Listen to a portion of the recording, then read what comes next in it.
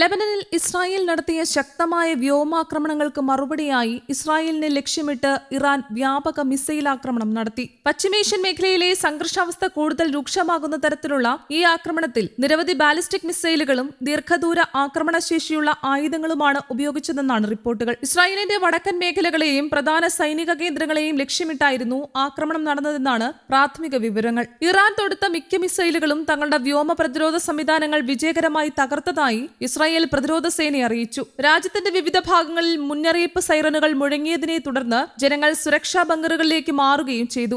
രാജ്യത്തിന്റെ വ്യോമപരിധിയിലേക്ക് കടന്നുകയറുന്ന ഏത് ആക്രമണത്തെയും ചെറുക്കാൻ സേന പൂർണ്ണമായും സജ്ജമാണെന്നും ആവശ്യമായ സാഹചര്യത്തിൽ ഇറാനെതിരെ ശക്തമായ പ്രത്യാക്രമണം നടത്താൻ സൈന്യത്തിന് നിർദ്ദേശം നൽകിയിട്ടുണ്ടെന്നും ഇസ്രായേൽ വ്യക്തമാക്കി. അതേസമയം ഇസ്രായേൽ ഭാഗത്തുനിന്ന് തിരിച്ചടിയുണ്ടായാൽ നിലവിലെ ആക്രമണങ്ങളെക്കാൾ കൂടുതൽ ശക്തവും വ്യാപകവുമായ നടപടികൾ തുടരുമെന്ന് ഇറാനും മുന്നറിയിപ്പ് നൽകി. മേഖലയിൽ നിലനിൽക്കുന്ന സംഘർഷം പൂർണ്ണ യുദ്ധത്തിലേക്ക് നീങ്ങാനുള്ള സാധ്യത വർദ്ധിപ്പിക്കുന്ന പ്രസ്താവനയായാണ് ഇതിനെ വിലയിരുത്തുന്നത്. ഇരു രാജ്യങ്ങളും തമ്മിലുള്ള സൈനിക നീക്കങ്ങൾ കൂടുതൽ ശക്തമായതോടെ പശ്ചിമേഷ്യയിൽ വലിയ യുദ്ധഭീതി ഉയർന്നിരിക്കുകയാണ്. മേഖലയിലെ അമേരിക്കൻ സൈനിക താവളങ്ങളും നയതന്ത്ര കേന്ദ്രങ്ങളും അതീവ ജാഗ്രതയിലാണ്. സംഘർഷം കൂടുതൽ വ്യാപിക്കാതിരിക്കാൻ അമേരിക്ക നയതന്ത്ര തലത്തിൽ ഇടപെടലുകൾ ശക്തമാക്കിയിട്ടുണ്ട്. US പ്രസിഡന്റ് ഡൊണാൾഡ് ട്രംപ് ഇറാന്റെ ആക്രമണത്തിന് പിന്നാലെ ഉടൻ പ്രത്യാക്രമണം നടത്തുന്നതിൽ നിന്ന് വിട്ടുനിൽക്കണമെന്ന് ഇസ്രായേൽ പ്രധാനമന്ത്രി ബെഞ്ചമിൻ നെതന്യാഹുവിനോട് അഭ്യർത്ഥിച്ചതായാണ് അന്താരാഷ്ട്ര മാധ്യമങ്ങൾ റിപ്പോർട്ട് ചെയ്യുന്നത്. അതേസമയം മേഖലയിലെ അമേരിക്കൻ താൽപര്യ കേന്ദ്രങ്ങൾ ആക്രമണ ഭീഷണിയിലാണെന്ന സൂചനകളെ തുടർന്ന് ജോർദാനിലെ അമേരിക്കൻ എംബസി തങ്ങളുടെ പൗരന്മാർക്ക് പ്രത്യേക ജാഗ്രതാ നിർദ്ദേശം പുറപ്പെടുവിച്ചു. അനാവശ്യ യാത്രകൾ ഒഴിവാക്കാനും സുരക്ഷാ നിർദ്ദേശങ്ങൾ കർശനമായി പാലിക്കാനുമാണ് നിർദ്ദേശിച്ചിരിക്കുന്നത്. പശ്ചിമേഷ്യയിൽ വലിയ യുദ്ധം പൊട്ടിപ്പുറപ്പെടുന്നത് തടയുന്നതിനായി വിവിധ രാജ്യങ്ങൾ നയതന്ത്ര ഇടപെടലുകൾ ശക്തമാക്കിയിട്ടുണ്ട്. ഇതിനിടെ ലെബനൻ തലസ്ഥാനമായ ബെയ്റൂട്ടിൽ ഇസ്രായേൽ വ്യോമസേന നടത്തിയ വൻ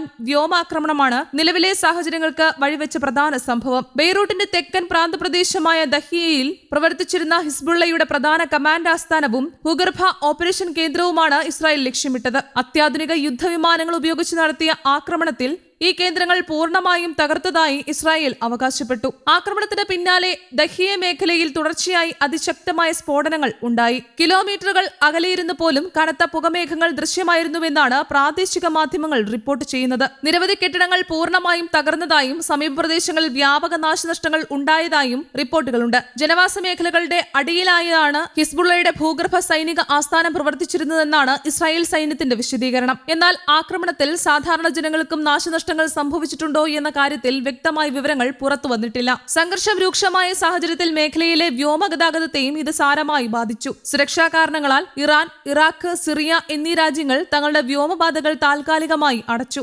ഇസ്രായേലിനെതിരെ മിസൈൽ ആക്രമണം ആരംഭിച്ചതിന് പിന്നാലെയാണ് ഇറാൻ രാജ്യത്തിന്റെ പടിഞ്ഞാറൻ മേഖലയ്ക്ക് മുകളിലുള്ള വ്യോമപാതകൾ അടച്ചതായി പ്രഖ്യാപിച്ചത്. സംഘർഷം കൂടുതൽ വ്യാപിക്കാനുള്ള സാധ്യത കണക്കിലെടുത്താണ് ഈ നടപടികൾ സ്വീകരിച്ചതെന്നാണ് ബന്ധപ്പെട്ട അധികൃതർ വ്യക്തമാക്കിയത്. ലെബനനെതിരെ ഇസ്രായേൽ നടത്തിയ ഏറ്റവും പുതിയ വ്യോമാക്രമണങ്ങൾക്ക് നേരിട്ടുള്ള മറുപടിയായാണ് ഇറാന്റെ മിസൈൽ ആക്രമണമെന്നാണ് ടെഹ്റാൻ വ്യക്തമാക്കുന്നത്. പശ്ചിമേഷ്യയിലെ നിലവിലെ സാഹചര്യം അതീവ ആശങ്കാജനകമാണെന്നും ഏതു സമയത്തും വലിയ സൈനിക ഏറ്റുമുട്ടലിലേക്ക് കാര്യങ്ങൾ നീങ്ങാമെന്ന ആശങ്ക അന്താരാഷ്ട്ര സമൂഹം പങ്കുവയ്ക്കുകയാണെന്നും വിലയിരുത്തപ്പെടുന്നു.